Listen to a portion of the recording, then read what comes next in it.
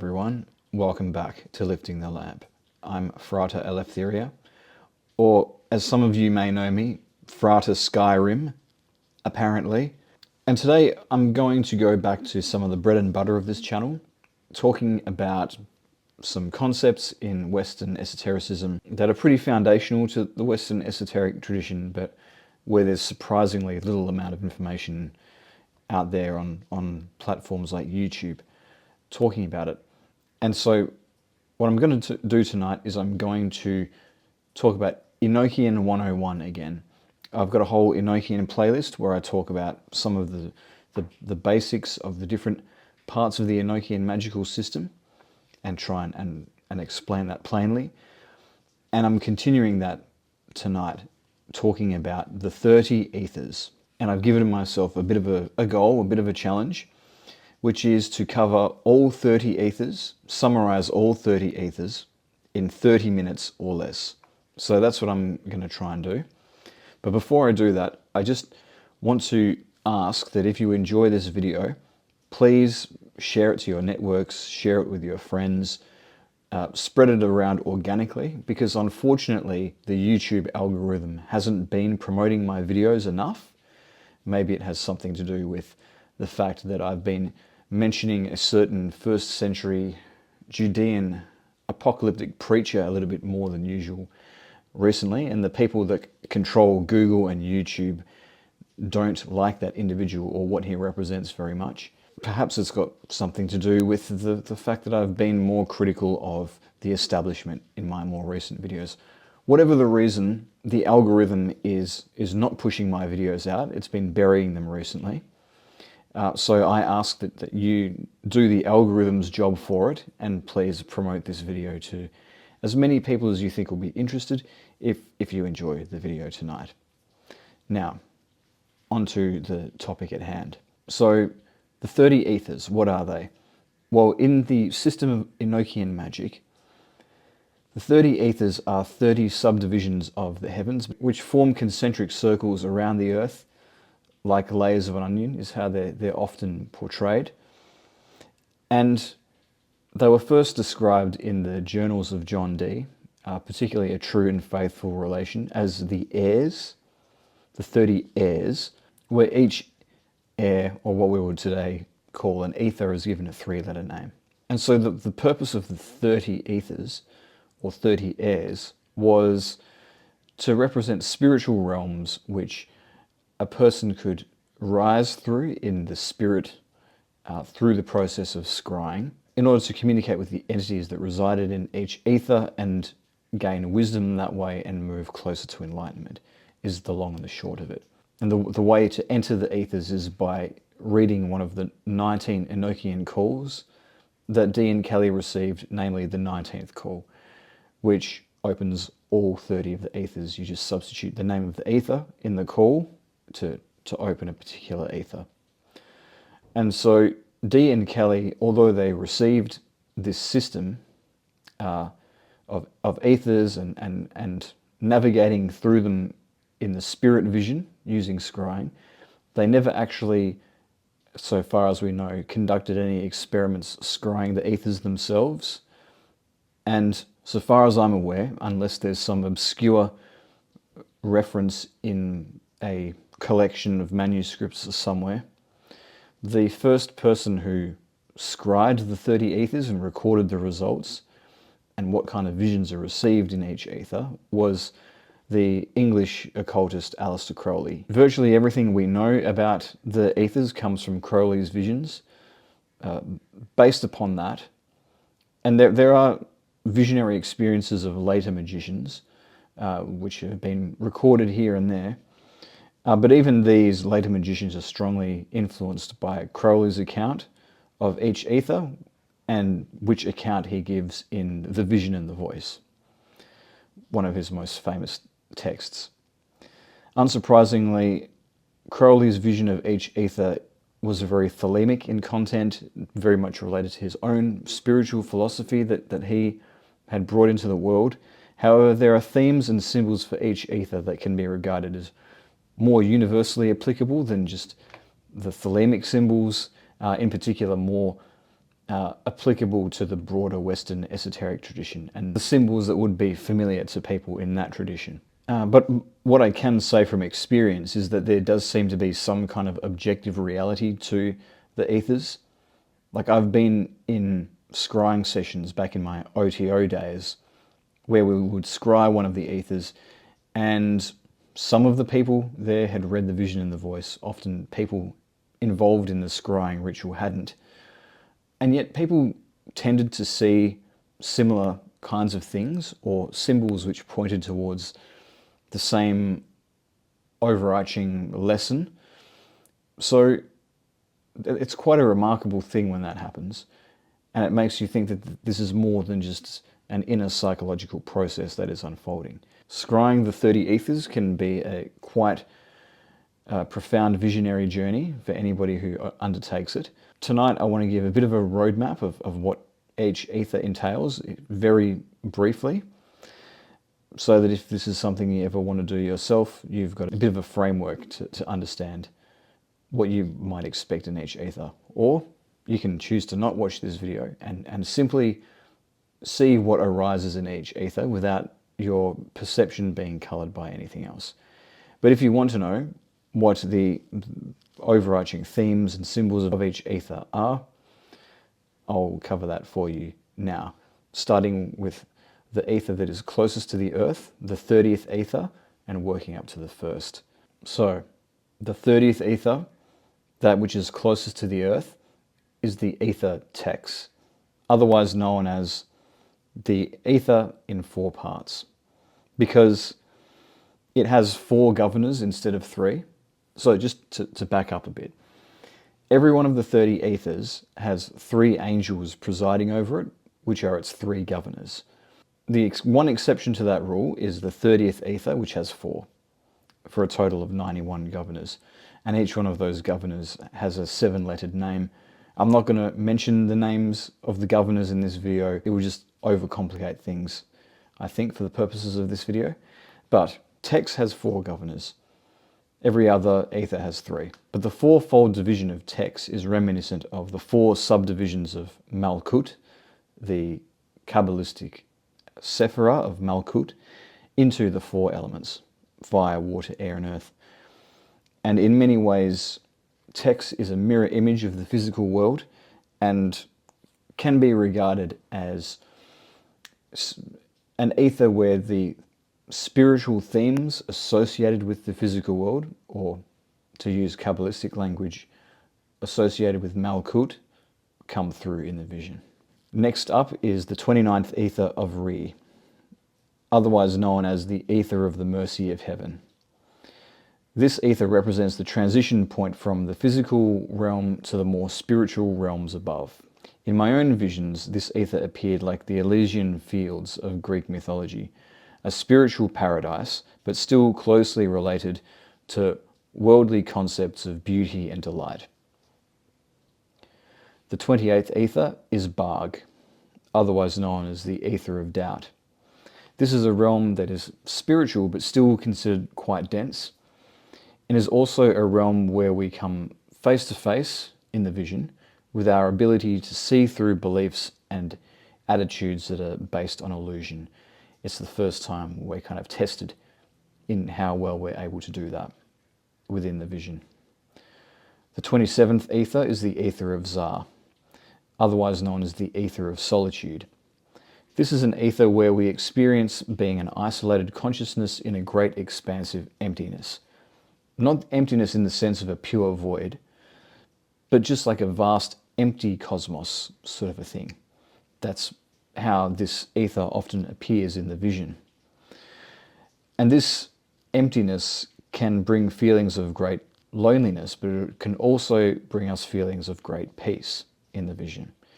And it's not uncommon to encounter manifestations of the divine feminine in Zar, such as Hecate, for example, and that figure appears in a way that is tied in with the rest of the themes of this ether.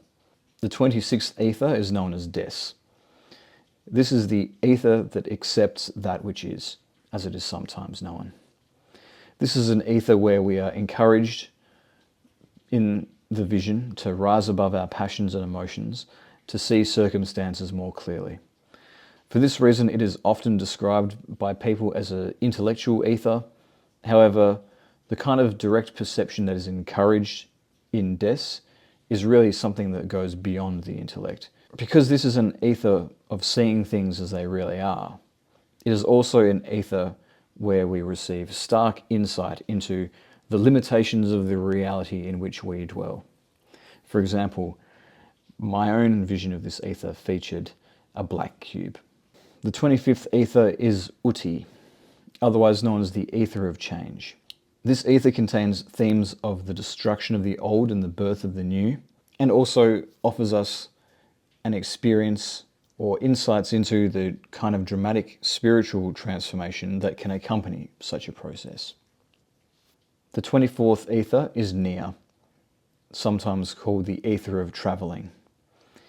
In this instance, travelling refers to astral travel in particular, which is something which we experience in the vision of Nia.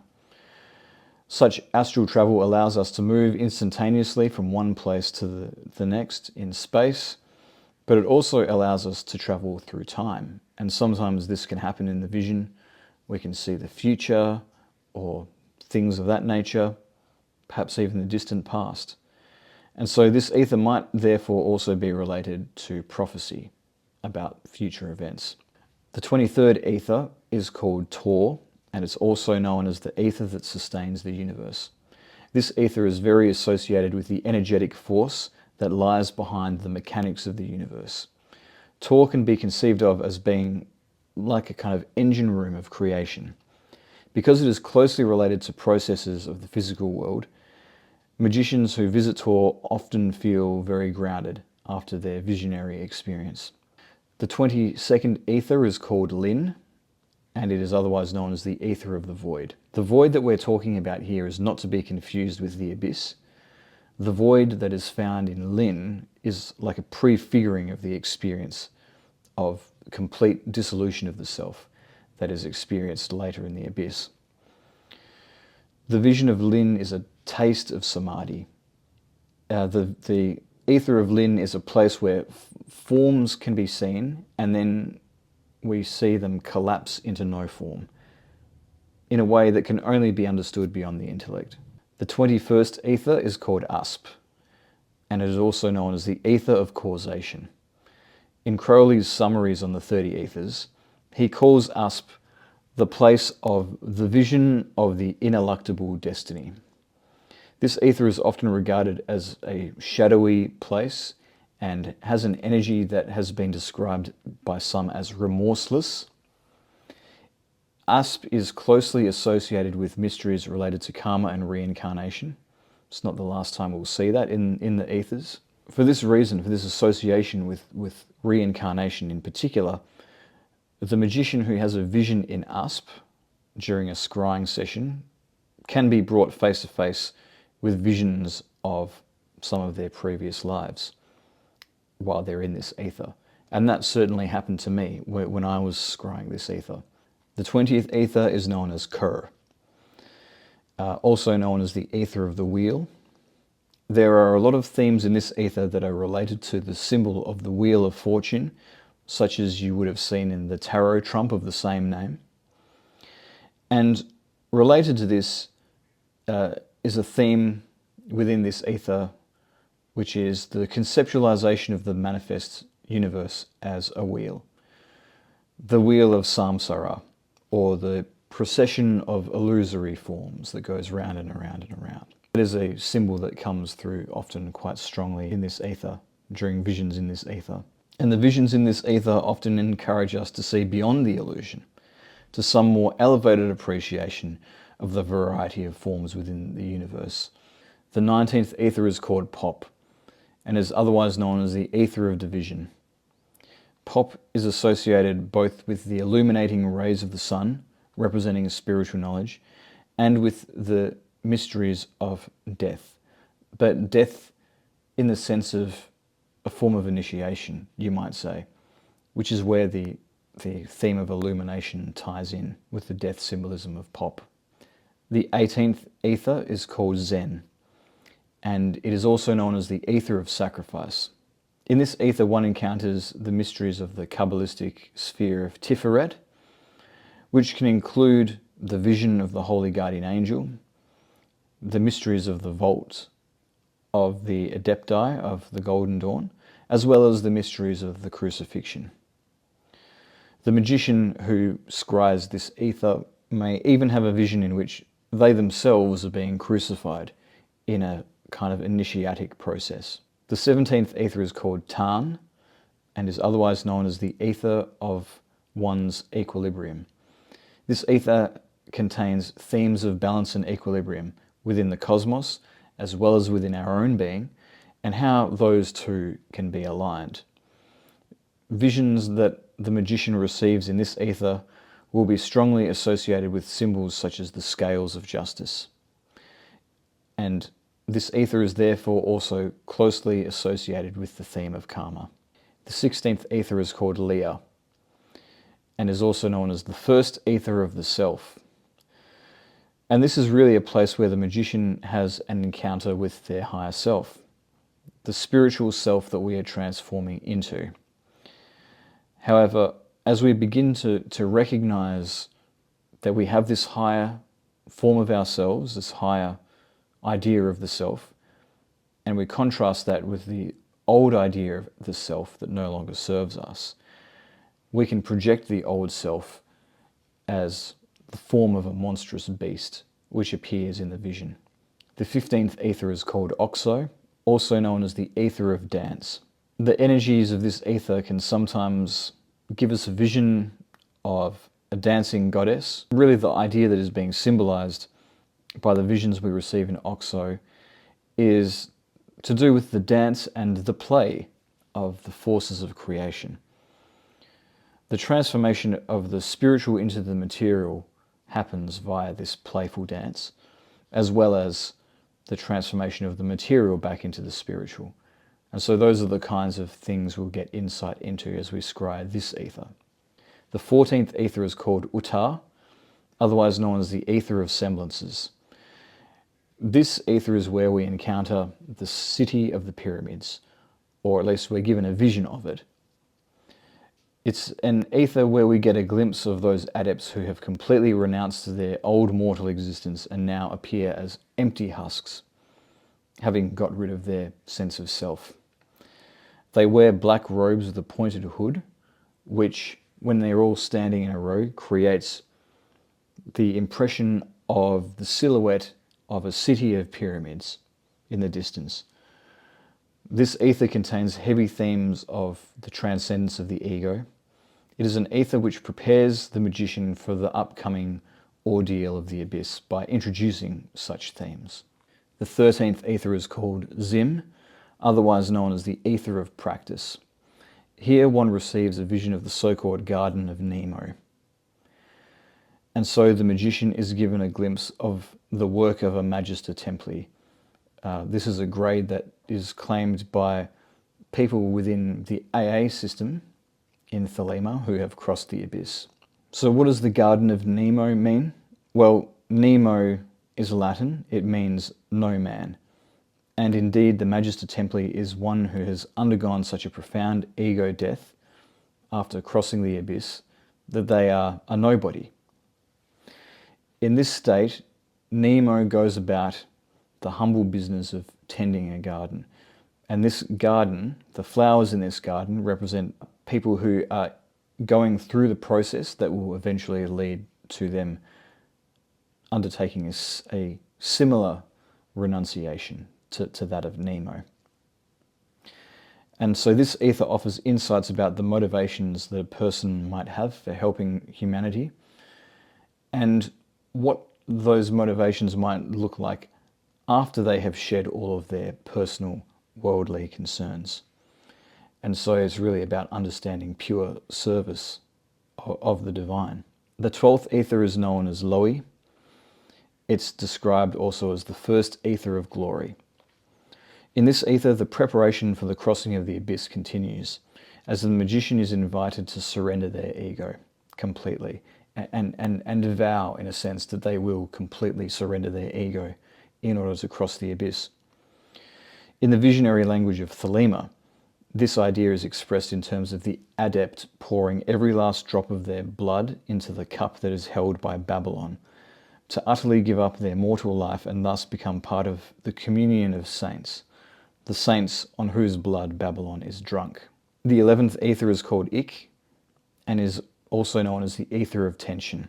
This is the aether that lies directly before the abyss, and is often seen in the vision that the magician receives of this aether as a great fortress that stands at the very edge of the abyss. There are pensive beings who stand guard at this fortress, and overall this aether feels very much like the deep breath before the plunge, to quote Gandalf in Return of the King. And then we arrive at the 10th aether, Zux, the most famous or perhaps infamous of all the aethers, because Zux is the abyss. This is the place which appears like a great black all-encompassing void, or perhaps some other hellscape. It is the place that is utterly devoid of hope, where the magician goes to die spiritually. And it is the place where the magician confronts the demon Corazon, the demon of dispersion and dissolution and illusion. Corazon will try and play mind games with the magician who is visiting this aether and lead them astray from what they're trying to do to pass through the abyss. The magician must withstand this test, and then during the ordeal of the abyss, this passing through the abyss of Zux, the personality, the worldly personality of the magician is completely dissolved. There is a complete ego death that takes place, which can be quite jarring and in some cases can lead to madness or even unaliving because of the intensity of that experience for those who aren't ready. The 9th aether is called Zip, also known as the aether for those who are not, referring to the fact that this is the aether immediately above the abyss, where a person who is has become a person who is not, because the old self was, of course, dissolved in the abyss. This is a beautiful aether that is also associated with spiritual purity. It is not uncommon for people visiting this aether to have encounters with a virgin goddess. The 8th aether is called Zid, otherwise known as the aether of one's inner god, God capitalized. In this aether, the magician has an encounter with their true divine nature. Within Thelema, this is, of course, the holy guardian angel. And in fact, when Crowley had a vision of the 8th aether, part of the vision was him receiving a new ritual for contacting the holy guardian angel. So that gives you an idea of how closely related the concept of the angel is with the aether of Zid. The 7th aether is called Dio, otherwise known as the aether of spiritual selfishness. This is an aether where we encounter great feelings of love in the vision. This can manifest as higher feelings of compassion or as ecstatic passion, or perhaps both at the same time. And perhaps there is a key in understanding that mystery. The magician who scries this aether is given visions encouraging the abandoning of selfish love to instead pursue a more selfless love. The 6th aether is called Maz. This is also known as the aether of appearances. This is another aether concerned with the mysteries of karma. In the vision and the voice, the vision of this aether includes a giant urn where the magician's earthly karma is completely burnt up. The illusory and passing nature of phenomena is again underscored in the teachings that are given in this aether, in particular in Crowley's own visions of this aether. In the vision of the voice, he describes the curse of the Magus, whereby one who has crossed the abyss and then gone on to attain the grade of Magus. And in this case, he mentions the founders of great religions, Buddha, Muhammad, Jesus, and Krishna. Also mentioning Moses and Lao Tan. I believe he's talking about Lao Tzu there. But Crowley talks about how these figures glimpsed the world beyond duality, beyond the illusory reality that we preside in below the abyss, below complete union with divinity, and yet these figures are teaching illusion and falsehood to their disciples, and they're doomed to perpetuate illusion. And that is the curse of the Magus, to do that, knowing that there is a higher truth. And so my interpretation of this is that even though there is a higher non-dual reality beyond this world, beyond the abyss, ultimately those who have had an experience beyond the abyss still need to come back to this reality and have a role to play, whatever that might be, which means even though such a person knows that all this is an illusion, they nevertheless have to participate in it.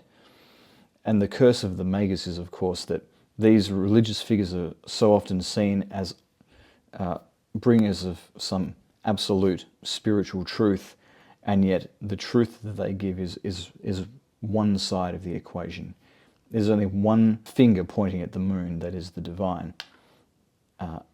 And that's all that it can ever be, because this whole reality is below the abyss. So that's the way that ideas of appearance versus reality and illusion versus the truth are dealt with in this ether. And in Crowley's vision of this ether, we're also given a vision of three different spiritual schools: the white, the black, and the yellow. The white school is that of the pure mystic who has a reverence towards God. The black school is the school of pure skepticism. The yellow school is the path concealing the mysteries but examining them as one goes. And the vision doesn't give away which school is true and which is false, or even if there is more truth or falsehood to one or the other. So there's a lot of very interesting themes that are dealt with within Mars in particular. The fifth ether is called Lit, and is also known as the ether that is without a supreme being. In this ether we are given a vision of the different representations of God or gods from different pantheons within different cultures at different times. And then within the vision there will be something to show that all these gods are false. And at the highest pinnacle of all, there is no God.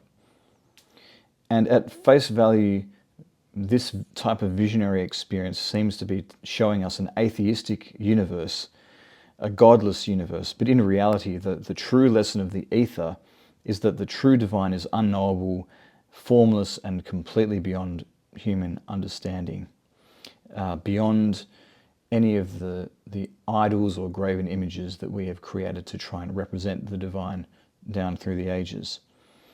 And another symbol that can appear in the vision of this ether is that of the arrow, representing precision in understanding. The fourth ether is called Paz, otherwise known as the ether of impending expression.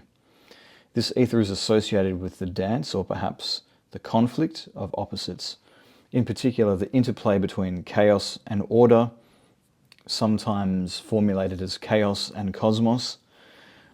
But this dance is ultimately what gives expression to phenomena. The third ether is called Zom, otherwise known as the ether of self-knowledge. Yet this ether and the visionary experience of this ether is really about having the knowledge that the self and the rest of the universe, or even the self and the divine, are really one and the same thing. The magician discovers their true purpose and becomes a lens or mirror for pure divine light to shine into or be reflected by. The assumption of the grade of Magus is also associated with this ether. The second ether is the ether of Arn, the ether of fulfillment, as it is sometimes known. The vision of this ether is associated with intense feelings of peace and bliss, such as are experienced at the very summit of spiritual attainment, where there is a successful union of self and object, subject and object, human and divine, such as during an experience of samadhi. And then the first ether is Lil, simply known as the first ether. This is the highest and most spiritual of the ethers, a state of complete unity of all things with the divine, similar to Keter on the Kabbalistic tree of life. And there's not really much more that can be said about Lil. And once we reach Lil, we have completed our journey from bottom to top through the 30 Aethyrs. And that is the 30 Aethyrs in summary. One more interesting note that I'd like to make about the Aethys is to do with the 91 governors. So the 91 governors of the 30 Aethys are actually also angels that have a different function within the Enochian magical system, and that is as the 91 angels that each govern one of what's called the parts of the earth. So there's a division of the nations of the earth, and an angel is given control over each one of those divisions in the Enochian magical system. And communicating with these angels is supposed to allow one to see what's happening in those parts of the earth, perhaps even influence events in those parts of the earth.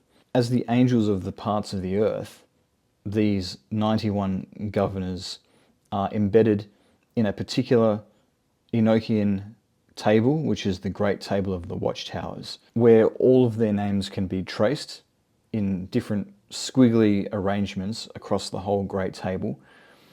And each squiggle for each one of these governors forms a sigil for the governor, or in this case, the angel of the part of the earth. So we see a bit of overlap there between the Great Table of the Watchtowers and the system of the 30 Aethyrs via the governors.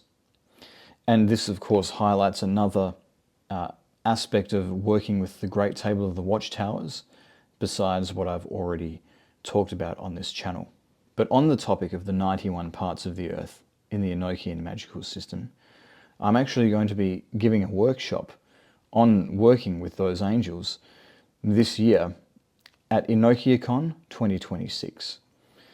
And I'm pleased to announce that I'm actually going to be physically going to EnochiaCon 2026 this year, which is in Austin, Texas. I spoke at EnochiaCon last year, but only virtually, so it's quite exciting to be able to go there and physically talk to people. If you're interested in Enochian magic, this is the place to be to learn about it. There's a whole host of really inspiring speakers, real movers and shakers in the Enochian world, who are also going to be there. And if you're interested in coming along to EnochiaCon, whether virtually or in person, I'll leave a link in the description below where you can sign up to be part of the Arcane Research Society, and from there you'll be able to attend EnochiaCon 2026. But look for that link in the description below. And if you're interested in finding out more about examples of the kinds of knowledge that one can scry or one can receive by working with the 30 Aethyrs, among other things, I'm currently promoting a book where I've recorded such visions in my own spiritual practice. And that book is, of course, the Voces Caelesti. I received a lot of great wisdom from the angels when I embarked in my own scrying sessions. And if you want to read more about that, I'll leave a link to that book in the description below as well. But I hope you enjoyed this video. If you did, please leave a like, subscribe to my channel to support my work, hit the notification bell so you get notified of future videos, join my mailing list. I'll also include a link in the description below to that. And if you want to support me further, hit join or thanks down below. But thank you again for listening, and I'll see you next time.